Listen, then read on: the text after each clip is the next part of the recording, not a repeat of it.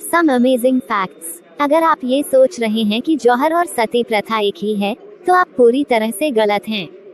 जौहर और सती प्रथा में मूल अंतर यह है कि जौहर जहां अपने स्वाभिमान और अपने सम्मान की रक्षा के लिए किया जाता था, तो वहीं सती प्रथा का अर्थ पति की मृत्यु के बाद उसकी चिता के साथ जलना था। आपको जानकर हैरानी होगी कि हिंदू धर्म के चारों वेद, ऋग्वेद, यजुर्वेद, सामवेद और अथर्ववेद में कहीं भी सती प्रथा का जिक्र नहीं है। तो फिर सोचने वाली बात यह है कि सती प्रथा का जन्म कैसे हुआ। तो आइए जानते हैं। इतिहास के पन्ने पलटे तो 510 ईस्वी के दौरान सती प्रथा का पहला अभिलेखीय साक्ष्य देखा गया। उस समय महाराज गोपराज युद्ध के दौरान वीरगति को प्राप्त हुए और उनकी पत्नी ने पति वियोग में सती होकर अपने प्राण त्याग दिए।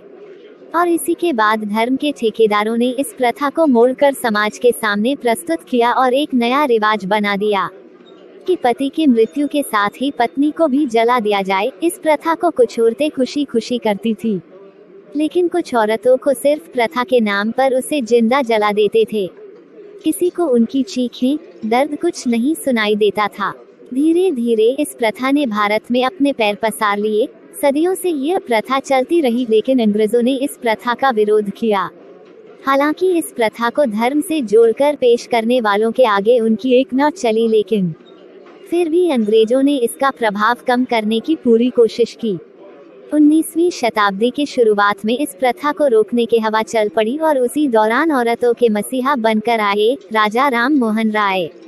उन्होंने इस प्रथा को रोकने के लिए कई सारी लड़ाई लड़ी, इस प्रथा को जड़ से समाप्त किया। राजा राम मोहन राय ने विधवा पुनर्विवाह पर भी जोर दिया। अंततः उन्होंने सन 1829 में सती प्रथा रोकने का कानून पारित किया। इस प्रकार भारत से सती प्रथा का अंत हो गया। सती प्रथा को रोकने एवं स्त्रियों की सुरक्षा के लिए 1987 में राजस्थान सरकार द्वारा लागू किया गया। यह 1988 में द कमीशन ऑफ सती रोकथाम अधिनियम 1987 के अधिनियम के साथ भारत की संसद का एक अधिनियम बन गया। अधिनियम सती को रोकने का प्रयास करता है।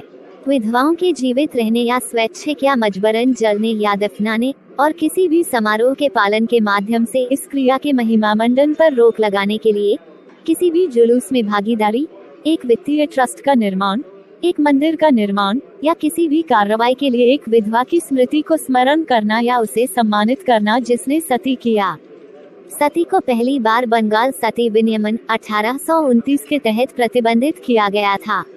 इस प्रथा को इसका यह नाम देवी सती के नाम से मिला है, जिन्हें दक्षायनी के नाम से भी जाना जाता है। हिंदू धार्मिक ग्रंथों के अनुसार देवी सती ने अपने पिता दक्ष द्वारा अपने पति महादेव शिव के तिरस्कार से व्यथित हो यज्ञ की अग्नि में कूदकर आत्मदाह कर लिया था। वहीं दूसरी ओर जानते हैं जौहर की शुरुआत कैसे हुई। भारत में जौहर की शुरुआत राजपूत घराने की स्त्रियों ने की थी।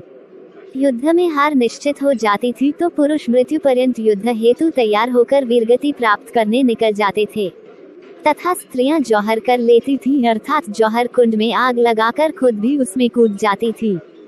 जौहर कर लेने का कारण युद्ध में हार होने पर शत्रु राजा द्वारा हरण किए जाने का भय होता था। जैसा कि आप सब लोग जानते हैं कि हमारे राजाओं ने बहुत सारी लड़ाइयाँ लड़ी।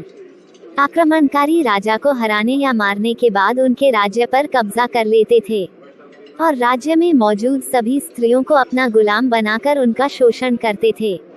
इस गुलामी से बचने के लिए राजपूत घराने की स्त्रियों ने आग में कूदकर अपने प्राण न्यौछावर करने का प्रण लिया और तभी से अपने पतियों के स्वाभिमान और अपने सम्मान की रक्षा के लिए रानियों ने जौहर करना शुरू किया। जौहर क्रिया की सबसे अधिक घटनाएं भारत पर मुगल आदि बाहरी आक्रमणकारियों के समय हुई। ये मुस्लिम आक्रमणकारी हमला कर हराने के पश्चात स्त्रियों को लूटकर उनका शोषण करते थे, इसलिए स्त्रियां हार निश्चित होने पर जौहर ले लेती थी। इतिहास में जौहर के अनेक उदाहरण मिलते हैं।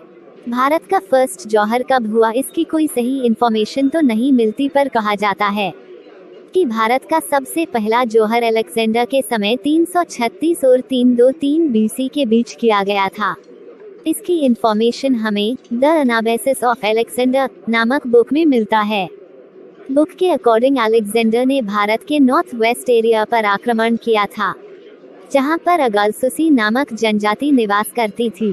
अगासुसी की करीब 20,000 महिलाओं और बच्चों ने अलेक्जेंडर की सेना की क्रूरता से बचने के लिए खुद को आग के हवाले कर दिया था। चित्तौड़ का पहला जौहर सबसे ज्यादा फेमस है। रानी पद्मावती के द्वारा अपने राज्य की महिलाओं के साथ किया गया था। रानी पद्मिनी के द्वारा यह जौहर सन 1303 में दिल्ली सल्तनत के सुल्तान अलाउद्दीन के आक्रमण के समय किया गया था। उस समय चित्तौड़गढ़ के राजा रावल रतन सिंह थे। खिलजी ने धोखा दिया और किले पर आक्रमण कर दिया। सेना के हारने के आसार को देखते हुए राजपूत रानी पद्मिनी ने जौहर किया था। इसका जिक्र मालिक मोहम्मद जायसी की बहुचर्चित रचना पद्मावत में ही मिलता है, जो कि लगभग 200 वर्ष बाद लिखी गई थी। औरंगजेब के आक्रमण के दौरान बुंदेलखंड में दिसंबर सन 1634 में जौहर किया गया था, जो कि औरंगजेब के द्वारा जबरन धर्म परिवर्तन कराने के विरोध में किया गया। इतिहास के अनुसार औरंगजेब सबसे क्रूर मुगल शासक था। यह इतिहास में वर्णित अंतिम जौहर है।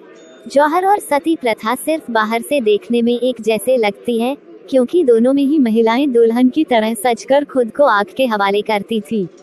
लेकिन इन दोनों के उद्देश्य में बहुत फर्क है। जहां सती प्रथा में महिलाएं अपने पति के मरने के बाद अपने पति के साथ आग में बैठती थी, वहीं दूसरी तरफ जौहर में महिलाएं पति के जिंदा रहते ही आग में कूद जाती थी। सती प्रथा समाज के द्वारा बनाई गई कुप्रथा थी, जिसमें कई बार जबरदस्ती महिलाओं को आग में डाल दिया जाता था, लेकिन जौहर में महिलाएं अपनी खुद की मर्जी से आग में कूदती थी।